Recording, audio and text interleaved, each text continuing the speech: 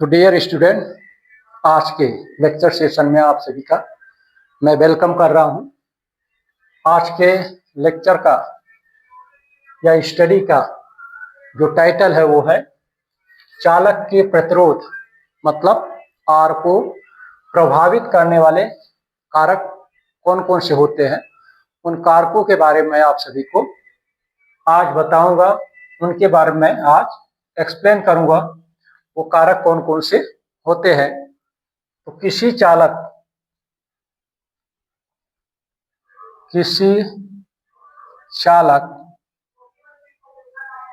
का प्रतिरोध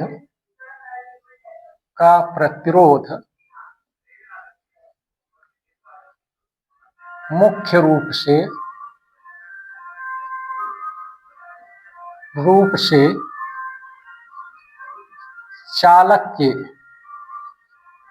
चालक के दो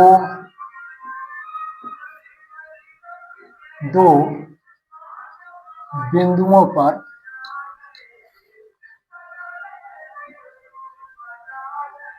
निर्भर करता है।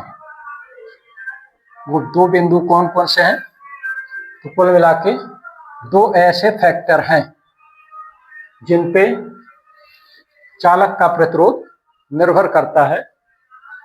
उसमें से पहला जो फैक्टर है वो है चालक की लंबाई। पहला फैक्टर जो चालक तार के प्रतिरोध को क्या करता है, प्रभावित करता है, वो है चालक तार की लंबाई या फिर लेंथ ऑफ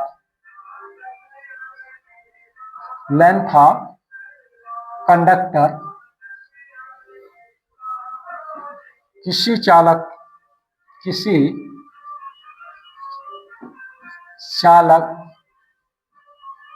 का जो प्रतिरोध, रेजिस्टेंस जो होता है, प्रतिरोध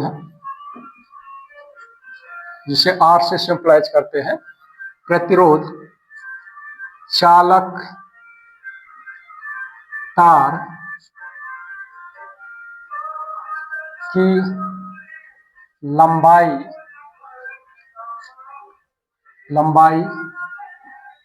के समानुपाती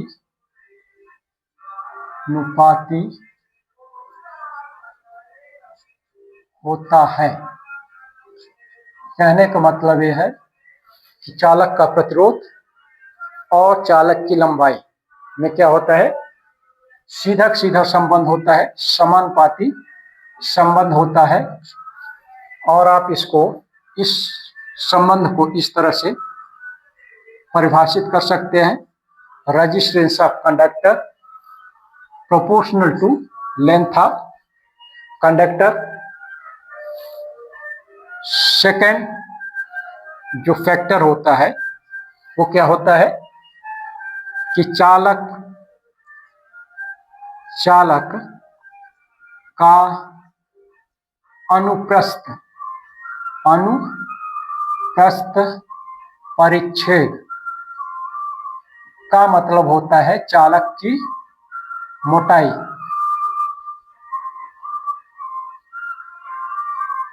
area of cross section of conductor, ये सेकंड फैक्टर होता है जो चालक के प्रतिरोध को क्या करता है, गवर्न करता है या फिर कंट्रोल करता है। किसी चालक का प्रतिरोध, रेजिस्टेंस चालक तार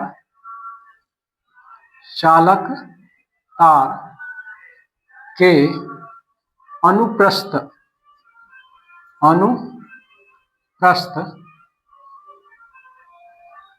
परिच्छेद, मतलब कि एरिया ऑफ क्रॉस सेक्शन, छेद के व्युत्क्रमानुपाती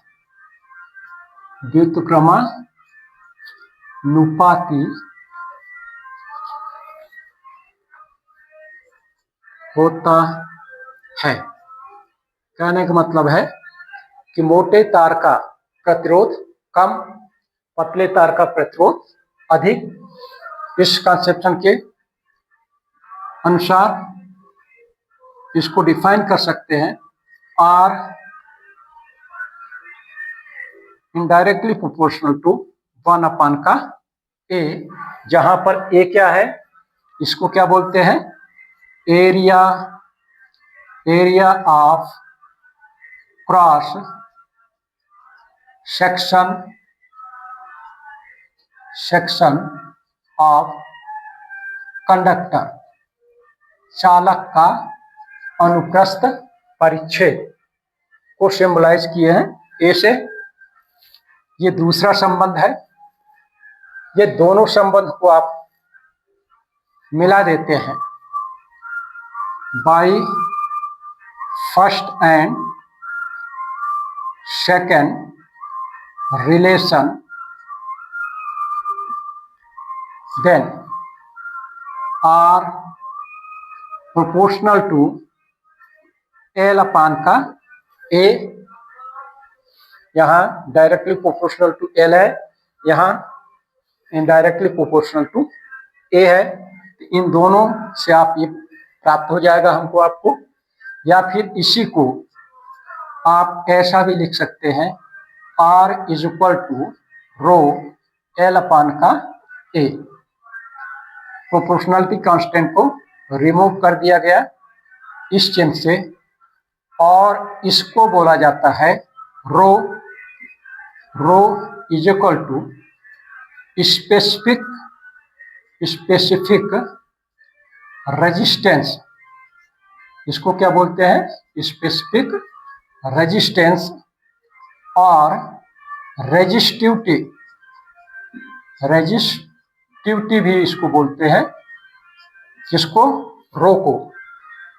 तो किसी चालक का तार उस चालक के लंबाई के समानुपाती होता है, चालक के अनुप्रस्थ परिच्छेद के व्युत्क्रमानुपाती होता है।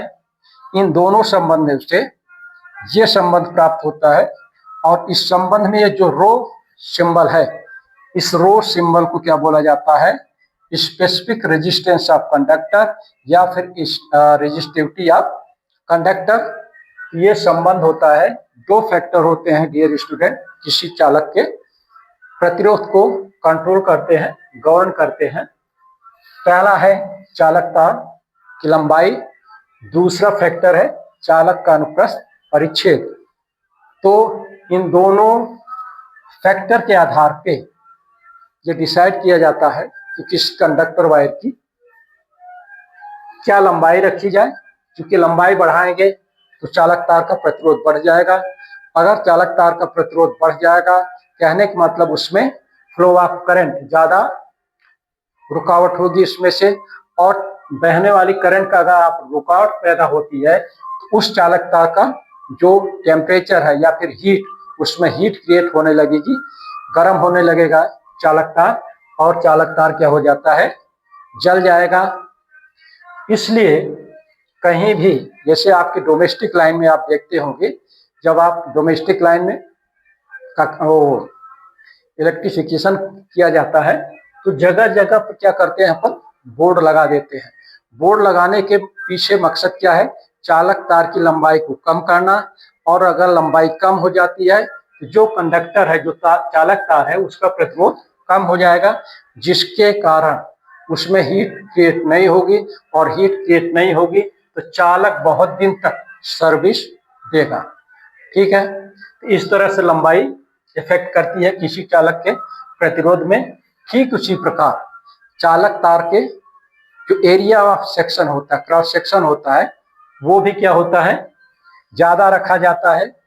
अगर आप परिच्छेद ज्यादा रखेंगे, उसका क्षेत्रफल ज्यादा रहेगा, कहने मतलब चालक तार मोटा रहेगा, उससे बहने वाली धारा में कम रुकावट होगी, और कम रुकावट होने के कारण चालक तार में हीट क्रिएट नहीं होगी, और वह चालक बहुत दिन तक सर्विस देता रहेगा, मतलब फ्यूज नहीं होगा।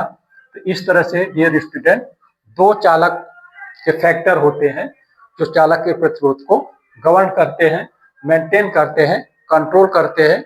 नेक्स्ट वीडियो में इससे संबंधित और नए टाइटल के साथ आप सभी के साथ इंटरेक्ट करूंगा। Thank you.